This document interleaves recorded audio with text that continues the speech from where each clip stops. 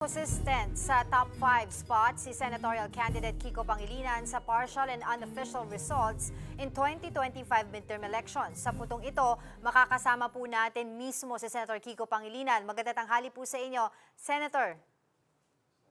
Ay, magandang tanghali sa iyo, Angela, at sa mga nanonood sa One Balita. Opo, Magandang tanghali. Thank opo. you.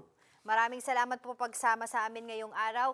Senator, iba't iba po yung mga lumalabas ngayon na mga analysis kung bakit po yung pag-angat po ninyo sa senatorial elections. Ano nga po ba ang kakaiba sa naging strategy ngayon na ginawa po ninyo this time?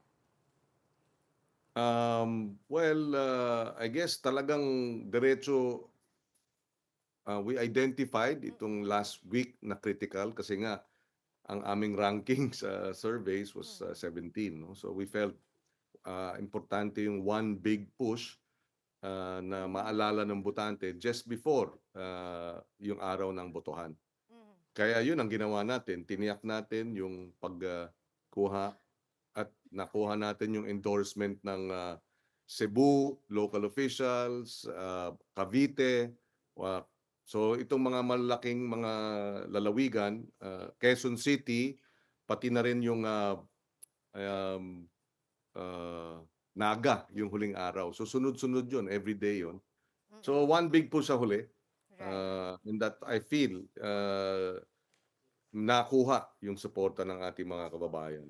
Sen, marami pong mga nakapansin doon po sa mga naglabas ang mga issue during the campaign period, especially po yung pagkakaaresto kay former President Rodrigo Duterte, na wala daw po kayong binibigay na pahayag, hindi po kayo sumali doon sa usapin na yon. Was that a strategic move or hindi nyo nilang po talaga pinansin?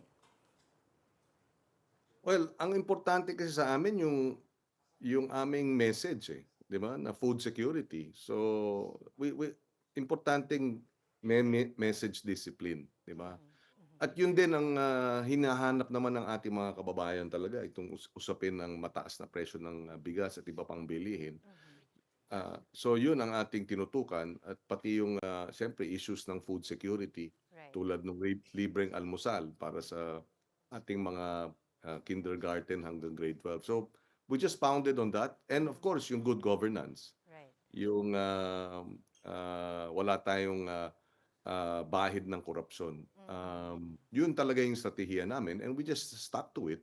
Right. Hindi ibig sabihin hindi importante ang ibang mga issue, Mhm. pero ang sa atin, eleksyon ito, Mhm. kailangan makumbinsi ang ating mga botante. So tinutukan natin yung simple pero talagang konkretong mensahe. Mhm. Okay. So, ngayon po, ano po ba yung aasahan namin sa pagbabalik po ninyo bilang senador? At kayo din po ba kung sakasakali ay babalik pa rin po doon sa naging dati po ninyong posisyon sa komite, yung constitutional amendments and revision of the codes of law? Tama po ba yun, Codes and laws. Senator? Yeah. Mm-mm. Well, Code and laws? Mm-mm. yeah. Siyempre ang ating matagal ng advokasya ay food security, Yes. agriculture, and suporta sa mga magsasaka at mangingisda. At siyempre, yung pababain ang presyo ng pagkain, partikular ang bigas. So yun ang ating isusulong. We were chairman of the Committee on Agriculture in Mhm. 2016 up to Right. 2017. No? Mm-mm. Hawak natin yung posisyon na yan. Kaya rin may mga naipasa tayong batas tungkol sa agrikultura at naging pangunahing may akda ng ilang mga landmark pieces of legislation tulad ng Coco Levy Trust Fund Measure Mm-mm. at yung Sagip Saka Act. So yung pa rin ang palagay kong isusulong natin, Mm. food security, because yun din ang ating Right. pinangako at Mm. kinampanya sa ating mga kababayan. Right. So ngayon po, do'n po sa pinapatupad po na 20 pesos na per kilong bigas, meron po ba kayong comment on that and other siguro po laws na abangan po natin para po mas matulungan pa yung ating mga magsasaka?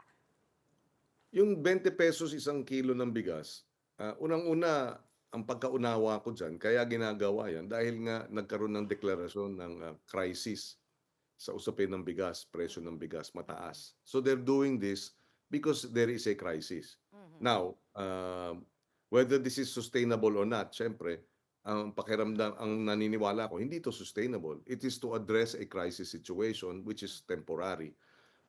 But the long-term strategy really is para mapababa ang presyo ng bigas is suportahan ng lubos yung mga magsasaka at mangingisda para gumanda ang supply ng bigas sa bansa, hindi yung umaasa tayo sa importation. And that requires various forms of support tulad ng crop insurance, accident insurance, warehousing, cold Mm-mm. storage, etc. No? Mhm. So sabi ko nga, while that is meant to address a crisis situation, yung strategic na solusyon is really gastusan pa ng dagdag ng gobyerno ang agrikultura sa budget.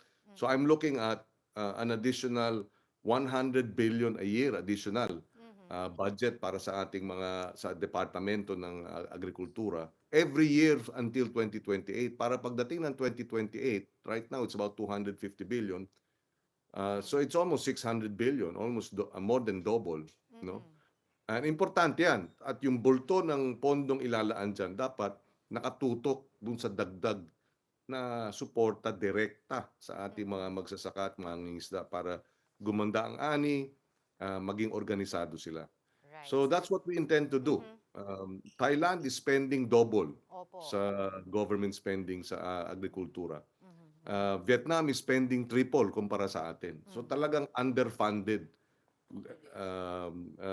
Ang populasyon ng Thailand, wala halos kalahati lang ng atin. Ang Mhm. populasyon ng Vietnam, 30 million less. Mm. So talagang we are underfunding Mhm. agriculture and we have Oo. to fight na dagdag yan. Oo. At Diyan din, yes, yan ang importante. Oo, talaga nga po, umaaray din po talaga yung ating mga magsasaka ngayon. But speaking of ngayon, ngayon pa lamang po nakikita na po natin kung sino-sino na po yung pasok sa senatorial race. At galing po ito, no, obviously sa iba't ibang partido at sa mga alyansa. Ang tanong po dito, Senator, paano po ninyo planong makipagtulungan sa mga kapwa-senador para po maisulong itong mga panukala po ninyo na inyong nabanggit kanina? Well, this is going to be my fourth term, di ba? Yes. In other words, halos lahat dyan nakatrabaho ko na. Mm. Hindi naman ako bagbagito na mangangapa pa. Yes. Mm-mm. And gagamitin natin yung ating malawak na masasabi nating experience sa legislation as well as sa executive department ng 2 taon tayong nandyan Mm. para makumbinsi sila. Handa tayong makipagdebate pero palagay ko sabi nga nila ang patunay may resibo na tayo eh. Mhm. So pagka nakipagdebate tayo sa kanila, kaya nating sagutin lahat ng anumang tanong na gusto Mhm. nilang tanungin sa usapin ng paano pababain ang presyo ng bigas at iba pang Mhm. bilihin dahil nagawa na natin.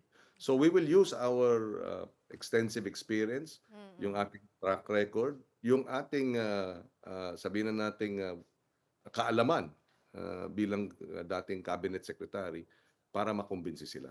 Mm. And after all, sabi ko nga, walang kulay ang gutom kung halimbawa si Senator Risa Ontiveros dahil Mm. sa masusing pag-iimbestiga ay nakumbinsi ang Malacanang na gawing illegal ang pogo. Mm. Sa masusing investigasyon na maisisiwalat natin yung mga dahilan bakit mataas ang presyo ng pagkain, palagay ko makukumbinsi natin ang Mm. executive department na kumilos at paano kumilos sa paraan ng pagbaba ng presyo ng pagkain, ng bigas at iba pang bilihin. Alright, Sen, of course, I would like to also ask kung nakatulog na po ba kayo after all the campaign na po na ginawa ninyo at eto na nga po yung resulta. Kumusta na po? Sino po yung unang o anong lugar po yung una po ninyong bibisitahin para pasalamatan po sa mga botong inyo pong natanggap? Ay, iikot tayo pero isi-schedule pa yon. But in the meantime, siyempre pahinga muna, hintayin Mm. muna natin yung proklamasyon. Mhm. But we have to fly abroad kasi graduation na ng aming anak si Frankie is graduating Mm. from college. So we will have to Mm. leave. But we will be back. Mhm. Sharon and I Mhm. will be flying out. Mhm. So, yun. Oo. But makakaasa sila no na we will hit the ground running dahil Mhm. yung ating mga pinangako sa ating mga kababayan, araw-araw nilang nararamdaman yan. Kaya kinakailangan araw-araw din natin hinahanapan ng solusyon. And of course, ang tanong din po dito kung nagulat po ba kayo doon po sa naging resulta ng eleksyon dahil po sa mga survey, nakikita po natin doon, kumpara po doon sa naging resulta ngayong eleksyon, ibang-iba po no? And sa tingin niyo po, sino po talaga yung bumuo ng boto po para po sa inyo? Well, hindi kami, we didn't expect yung ganitong very strong finish. Yes. While we worked in the campaign to have a strong finish and hoping na that strong finish will uh, help us, reach the top 12. Hindi naman namin inaasahan na magiging top 5.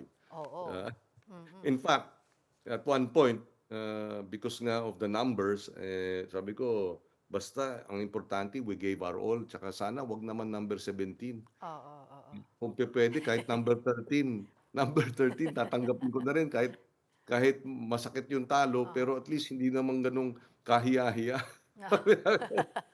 But, Pero number yun. 'di ba? Top Yes, 5 we pa. despite, sabi ko nga, against all odds, no, we were being rated 17, we were trolled. Sabi ko nga rin na kami ata ang summa cum laude ng disinformation itong eleksyon na ito, no? Grabe. Mula nung tayo'y top 12 nung January, Mm. ano na yan, sunod-sunod, walang patid ang paninira. Pero yun din ang something to be hopeful for because despite having massive trolling reaching up to 100 million views, no? Based on our estimates, number 5 pa rin tayo, hindi ba? At sinuportahan pa rin ng ating mga kababayan. So, that's a bright spot na marunong na rin ang ating mga kababayan, hindi basta-basta naniniwala na sa paninira at disinformation. Alright, with that, congratulations po muli at maraming salamat, Senator Kiko Pangilinan, sa inyong oras.